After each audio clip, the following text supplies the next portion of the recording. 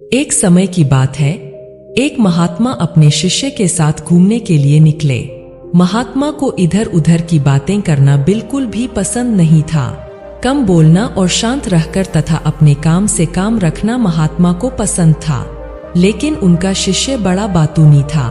वह सारा दिन इधर उधर की बातें ही किया करता था और दूसरों की बातों में उसे बहुत आनंद आता था।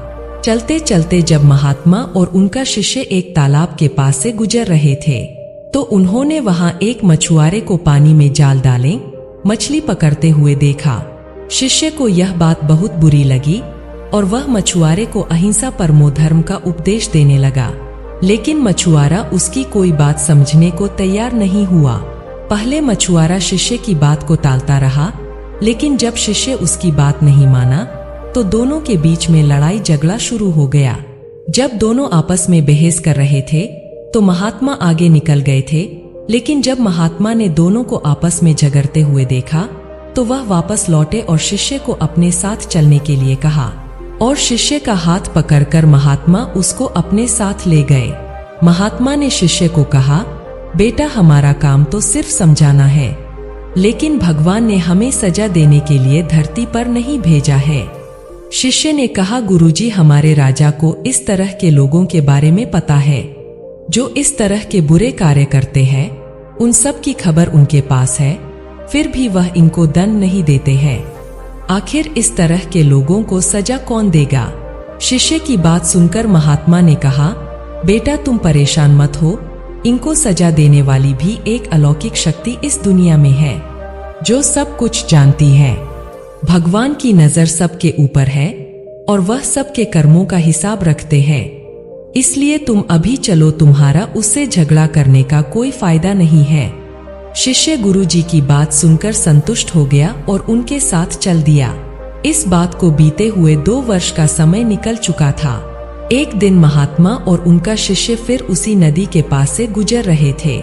शिष्य भी 2 साल पहले बीती मछुआरे वाली घटना भूल चुका था। वहां उन्होंने एक घायल सांप को देखा जो बहुत परेशानी में था। उस सांप को हजारों चींटियां नोच नोच कर खा रही थी। शिष्य ने यह दृश्य देखा तो उसका दिल करुणा से भर गया। उससे यह सब देखा नहीं गया। वह सांप को बचाने के लिए जाने ही लगा था कि महात्मा ने उसका हाथ पकड़ लिया और उसको जाने से मना कर दिया।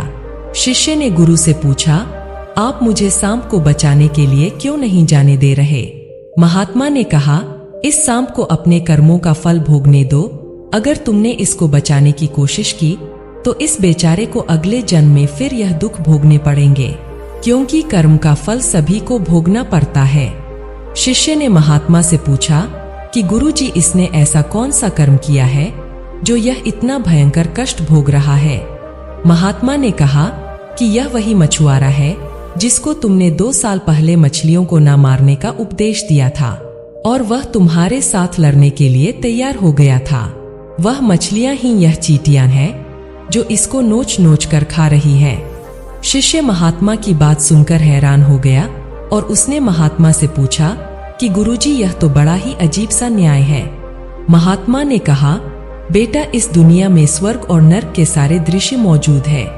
तुम्हें इस धरती पर हर जगह ईश्वर के न्याय के नमूने देखने को मिल सकते हैं।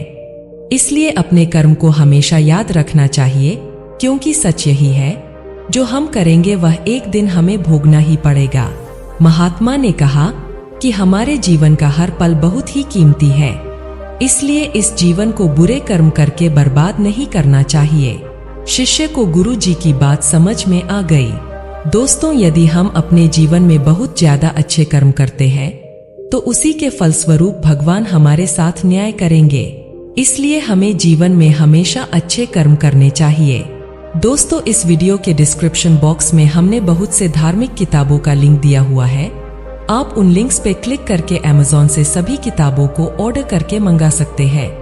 दोस्तों, अगर ये वीडियो आपको पसंद आया है तो आप इस वीडियो को लाइक कर दीजिए और हमारे चैनल को सब्सक्राइब करके बेल आइकन को भी दबा दीजिए। दोस्तों, मिलते हैं अगले वीडियो में। धन्यवाद।